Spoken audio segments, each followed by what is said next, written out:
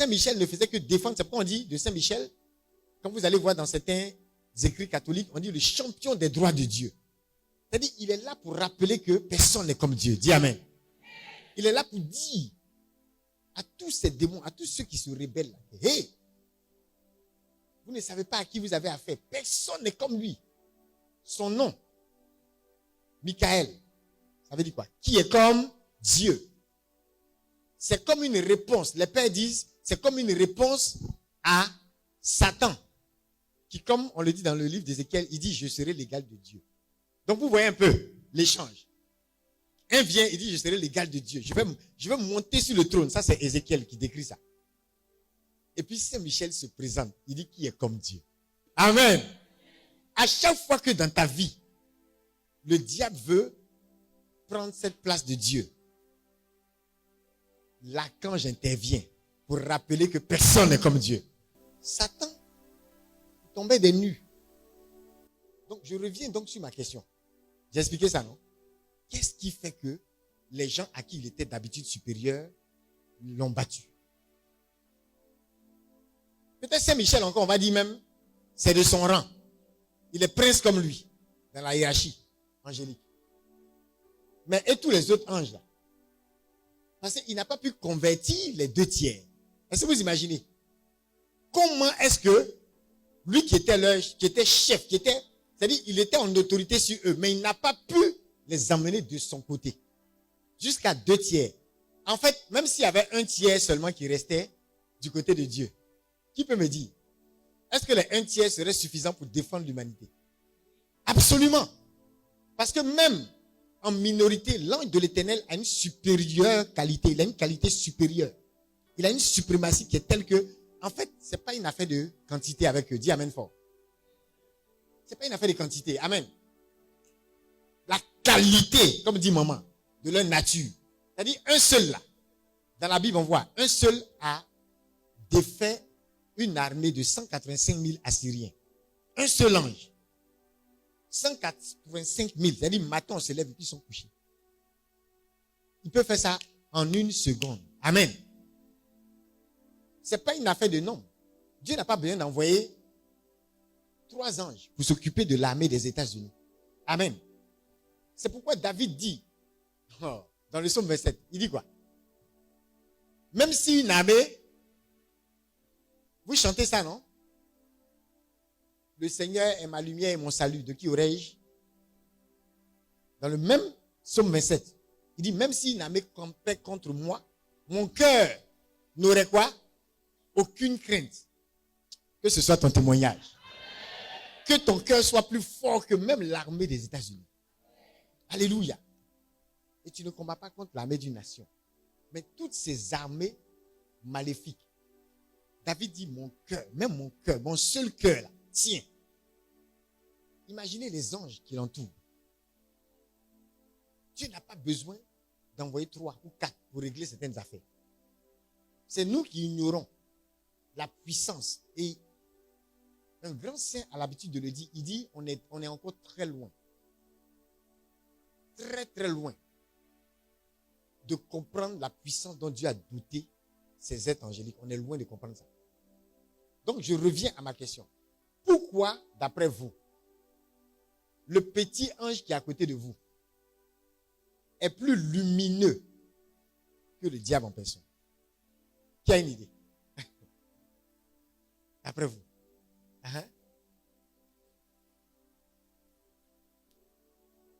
Ok. Mais il n'a pas perdu sa nature angélique. Hein? Voilà. C'est pourquoi le sorcier peut s'asseoir ici, activer un démon et frapper quelqu'un au Japon. Là, maintenant. Vous savez ça, non? Et puis ça marche. Hein? Quelqu'un peut s'asseoir ici et puis te marabouter. Alors que tu es aux États-Unis. Ça marche tranquille. Le démon agit. Il a gardé sa nature angélique. Il n'a pas perdu ça. Mais quand tu parles de la faveur, c'est une façon de dire, il n'est plus du côté de Dieu. S'il n'est plus du côté de Dieu, est-ce qu'il peut être encore supérieur à celui qui est du côté de Dieu?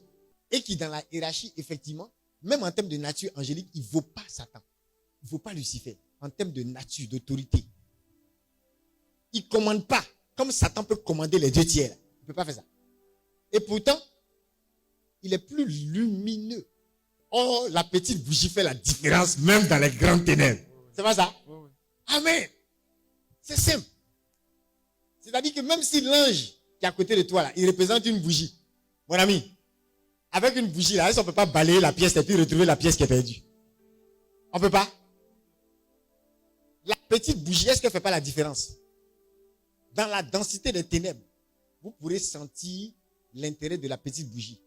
Maintenant, il y en a parmi vous qui ont l'autorité des lampadaires. Dis à quelqu'un, la lumière est en degré. Il y a d'autres parmi vous, ils opèrent comme des soleils. Ils sont proches du soleil de justice. Le soleil des nations qui est Jésus. Alléluia. Et comme il a dit, plus tu es proche, plus tu es lumineux. Donc, Satan s'éloigne. Il est carrément dans les ténèbres. Il n'y a pas de moyen pour que les ténèbres puissent défaire la lumière. Vous avez vu ça où? Comme dit quelqu'un, on allume même l'interrupteur de la chambre, tu appuies. Hein? La chambre est noire, dès que tu appuies l'interrupteur. Est-ce que tu entends palabre? Et puis le noir l'a dit, je quitte pas. Oh, laisse-moi. Tu entends ça? Non. En fait, tu t'en rends même pas compte. Dès que tu appuies l'interrupteur, il n'y a pas laisse-moi. Automatiquement, tout est éclairé. Amen fort. Là, on se voit. Il est jour, non? Quand le soleil se couche, qu'est-ce qui se passe? La nuit, c'est automatique. Quand le soleil se lève, il n'y a pas palabre, il n'y a pas débat. Toujours, je raconte l'histoire de la cité des ténèbres, où le soleil a été invité par quelqu'un. Vous vous rappelez de cette histoire, non? Il y a un camarade du soleil qui l'a invité. Allons rendre visite à la cité des ténèbres. Quand le soleil est arrivé, depuis 3 mois, il est à l'adresse. Et le soleil se plaint. Il dit, mais moi je ne comprends pas. Tu dis, c'est à tel endroit, la cité des ténèbres. Là. Depuis ici, là, je ne vois pas la cité des ténèbres. Qui sait ce qui s'est passé? Qui a une idée?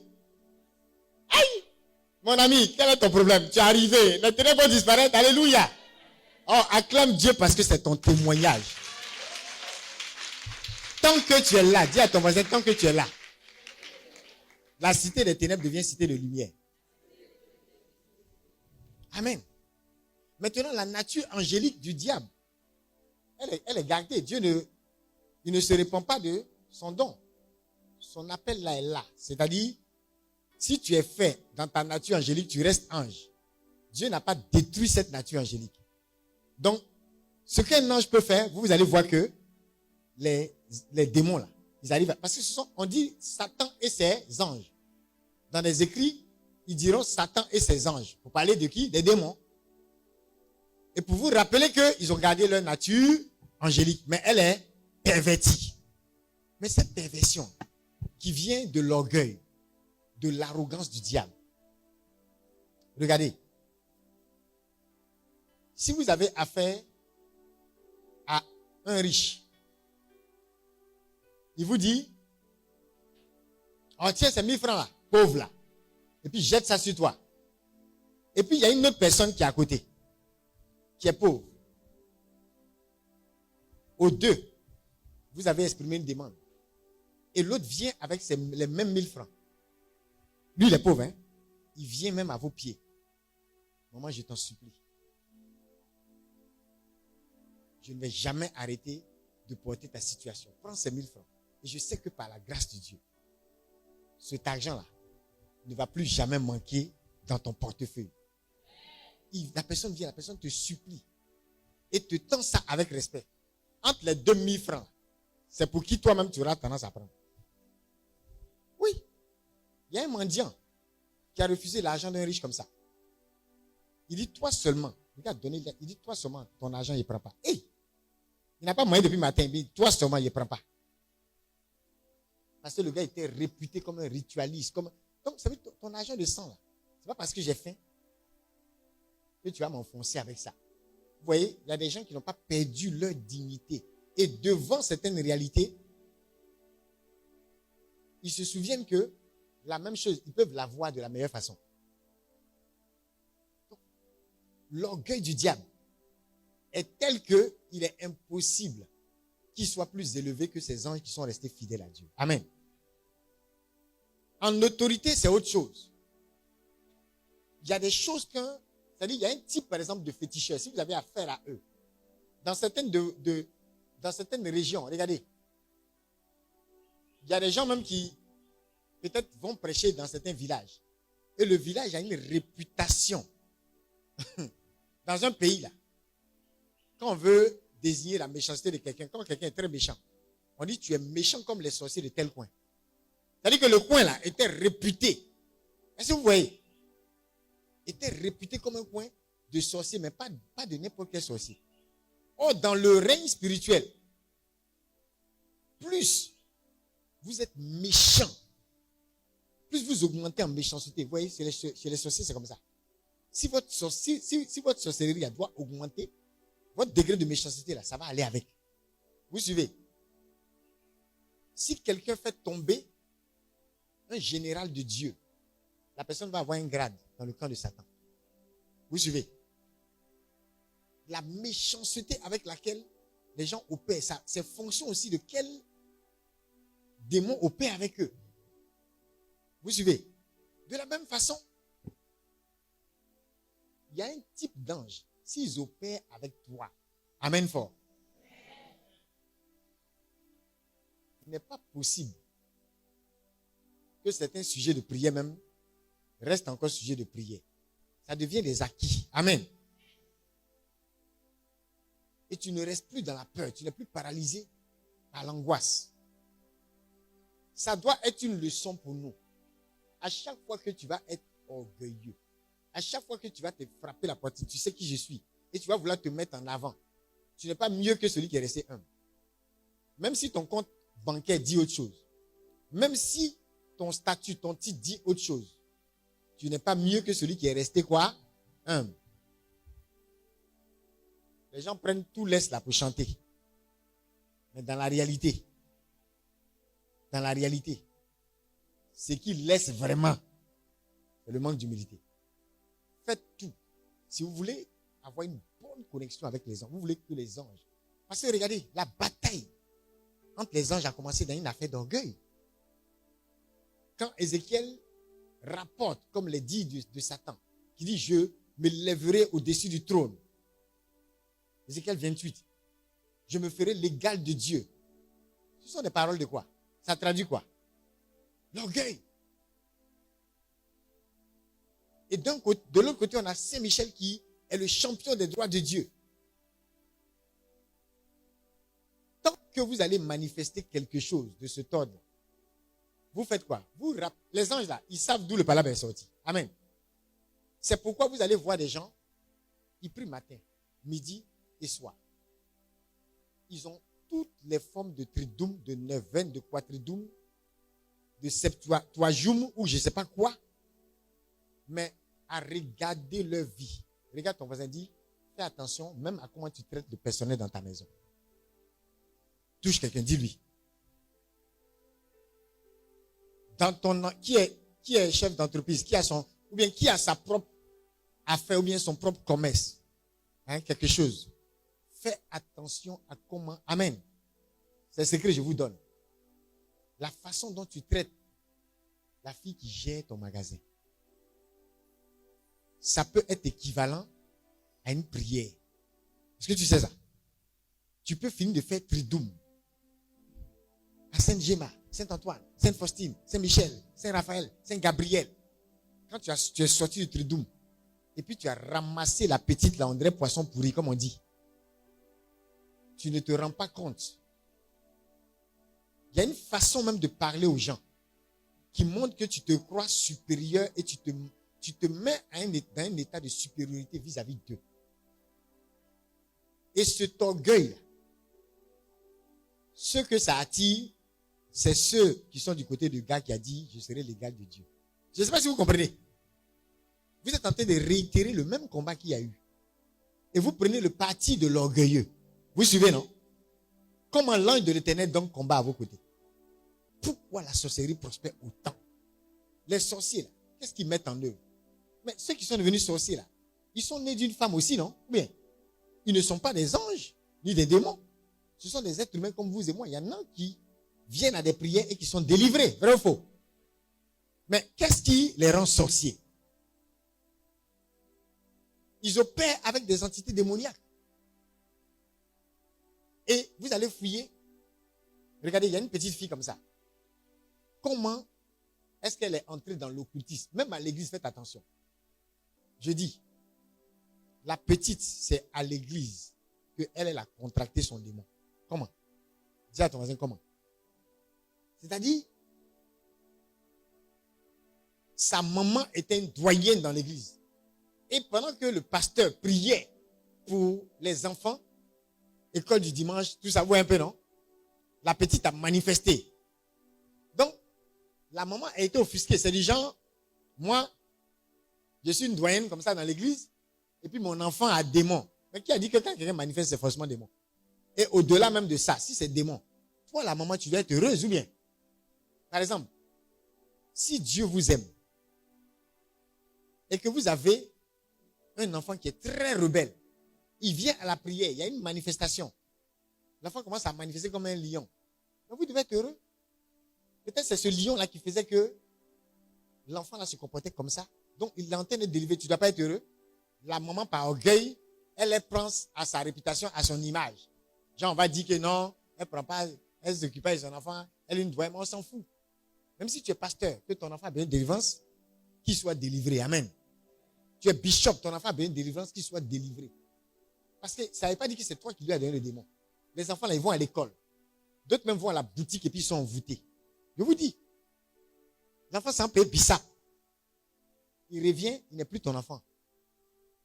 Ils l'ont manipulé sur la route. Donc, il faut accepter. La maman était offusquée. Donc, arrivée à la maison, elle commence à reprendre l'enfant. Elle commence à faire des remontrances à l'enfant. C'est pourquoi quand il y a des délivrances, par exemple, ta femme est délivrée 2 semaines avant le mariage. Il ne faut pas arriver pour dire, ah. Donc, on allait entrer dans le mariage. Et ça est ce démon-là. Tu allais me persécuter. Toi, là, tu n'es pas clair. Non. Tu commences à rappeler des choses à la personne. C'est pas bon. La délivrance, la personne est libérée, elle est libérée, avancée. Amen. Est-ce qu'on se comprend? On est très compliqué en Afrique ici. Et après, on est étonné que, oui, les choses ont pris depuis là, on ne comprend rien. Donc, quand la maman a été frustrée, elle a commencé à faire des reproches à l'enfant. L'enfant aussi a commencé à se renfermer, à être blessé. Et la nuit, il y a un démon qui a visité l'enfant. Les anges là, ils vous visitent, hein? Vous savez ça, non? De la même façon que les démons, souvent il y a des démons qui vous visitent. C'est pourquoi vous faites des cauchemars. Il y a des cauchemars qui sont l'expression qu'un démon est entré. Ou bien il est entré frapper à la porte. Ou bien il est en train de vouloir faire quelque chose. Pas tout le temps, hein? Mais souvent c'est l'expression. Et un démon vient visiter l'enfant et l'initie. C'est du genre, ta maman t'aime pas. Tu vois un peu, non? Voilà. Et la fille, à partir de ce jour, elle est devenue rebelle. Elle a commencé à entrer dans l'occultisme. Elle est devenue une vraie sataniste. C'est-à-dire, à faire d'église et elle, vous voyez, quelqu'un qui a été délivré à l'église, même maintenant, elle peut faire messe noire. Profaner le corps du Christ et tout ça. À cause de quoi? D'une blessure. Ça veut dire qu'on a donné l'occasion. Vous allez voir, la plupart du temps, quand les sorciers sont actifs dans certaines familles, lorsque vous fouillez bien, c'est quoi? Ce sont des problèmes de quoi? Amertume, vrai ou faux? Le ressentiment, la jalousie, la colère, un désir de vengeance. Quand ça est réuni, la sorcellerie est présente. On est d'accord, non? On est d'accord. Une maman est venue ici. On lui a dit après la prière, voilà ce qui risque de t'attendre. Mais il faut te maîtriser. Et le jour-là, on a insisté sur la maîtrise. Quand elle est partie, vous imaginez, une de ses tantes l'a saisie comme ça au collet, soulevée comme garçon. On te soulève et puis on te dépose. Ça, c'est quelle parole ça? Et imagine si c'est une tante avec qui tu t'entends. Si tu es femme, là, parle ici. Aïe. Le palabre là même a commencé où? Quelqu'un qui est quitté à la prière. Où est le lien avec si tu es femme, parle? Amen. Or, c'était pour qu'elle s'énerve, qu'elle se mette en colère. Et ils allaient exploiter ça pour l'atteindre. Parce qu'ils ont vu qu'elle a été délivrée. Vous suivez? Là, ta délivrance, c'est pas une affaire de sur place, là. Quand on a soulevé ton collet, on t'a mis en l'air comme ça, là. C'est maintenant que tu as fait tridoum.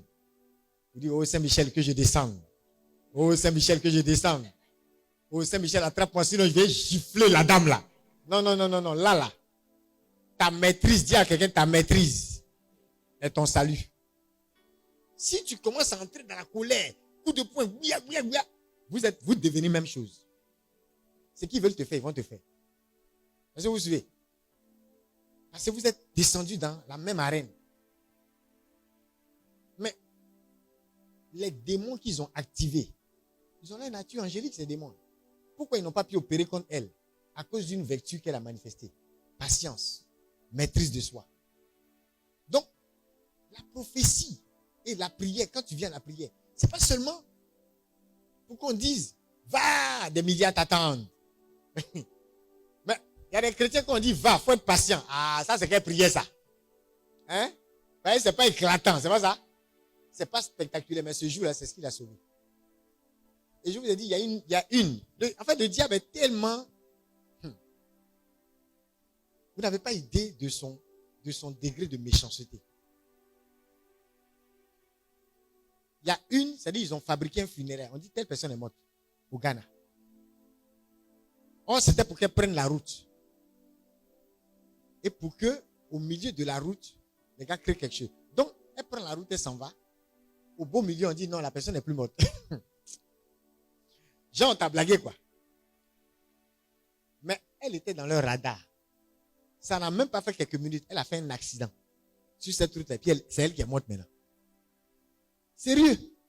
Quand vous avez affaire à de telles méchancetés, c'est-à-dire comment quelqu'un même peut réfléchir. C'est pas si vous voyez. La semaine dernière, je crois qu'un des textes de la messe parlait de ceux qui méditent le mal. Et d'ailleurs, même quand vous regardez le psaume 1, vous voyez que le psaume 1 fait référence à ça. Qui peut lire? Heureux ceux qui font quoi? Qui ne s'assiedent pas en compagnie des... Il y a des gens qui méditent le mal. C'est-à-dire que, regardez la fabrication. Mais ça, c'est l'œuvre aussi d'un démon. C'est-à-dire que, il y a de la manière dont il y a des inspirations angéliques. C'est comme ça qu'il peut y avoir des inspirations démoniaques. C'est-à-dire, il faut faire ça.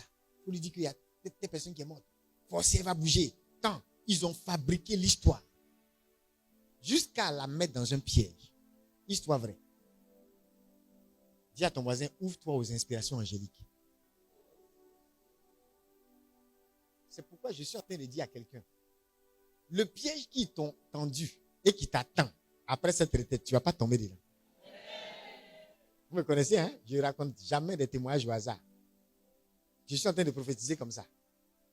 Le piège qui t'attend, tu ne vas pas tomber dedans.